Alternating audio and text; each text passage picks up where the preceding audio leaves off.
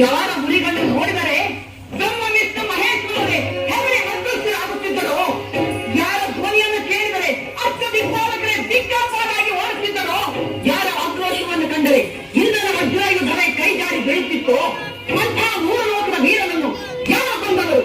ಕೇವಲ ಒಂದು ಹೆಣ್ಣು. ಏನಂದ್ರೆ? ಸತ್ಯ ಮೈಷಿ, ಸತ್ಯ. ನಿಮ್ಮ ಅಣ್ಣನನ್ನು ಸಂಹರಿಸದಂತೆ ದೇವತೆಗಳೆಲ್ಲ ಸೇರಿ ಅಪೂರ್ವ ಸೌಂದರ್ಯವತಿಯಾದ ಹೆಣ್ಣೊಂದನ್ನು ಸೃಷ್ಟಿಸಿ ಅದಕ್ಕೆ ತನ್ನ ಶಕ್ತಿಗಳನ್ನೆಲ್ಲ ಧಾರೆಯೆಂದು ಯುದ್ಧಕ್ಕೆ ಕಳಿಸಿದ್ರು. ಆ ತ್ರಿಪುರ ಸುಂದರಿಯೇ ನಿಮ್ಮ ಅಣ್ಣ ಮಹಿಷಾಸುರನ್ನು ಸಂಹರಿಸಿದ್ರು. ತಾವು ಸಮೀಪಿಸಿದಾಗ ಯಾವುದೂ ರಕ್ಷಣೆಗೆ ಬರುವುದಿಲ್ಲ ಮೈಷಿ. ತಾವು ನನ್ನ ಅಣ್ಣನಿಗೆ ತಾವು ತಂದ ಆ ದೇವತೆಗಳನ್ನೆಲ್ಲ ನಾಶ ಮಾಡದಿದ್ದರೆ ನಾನು ಮಹಿಷಿಯೇ ಅಲ್ಲ, ಭೀಷುಂಡೆ. ಏನು ಮಹಿಷಿ?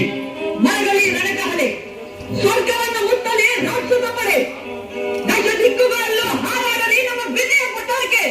ಹುಡುಕಬೇಡ ಮಹಿಷಿ. ಸುರರು ಮಹಾಶಕ್ತಿ ಸಂಪನ್ನರು, ದೈವಬಲವುಳ್ಳವರು. ಅವರನ್ನು ಎದುರಿಸುವುದು ಅಷ್ಟು ಸುಲಭವಲ್ಲ. ಏನದು ತಕ್ಕ ಸಿದ್ಧತೆ? ದೇವತೆಗಳು ಸಾವನ್ನು ಗೆದ್ದವರು.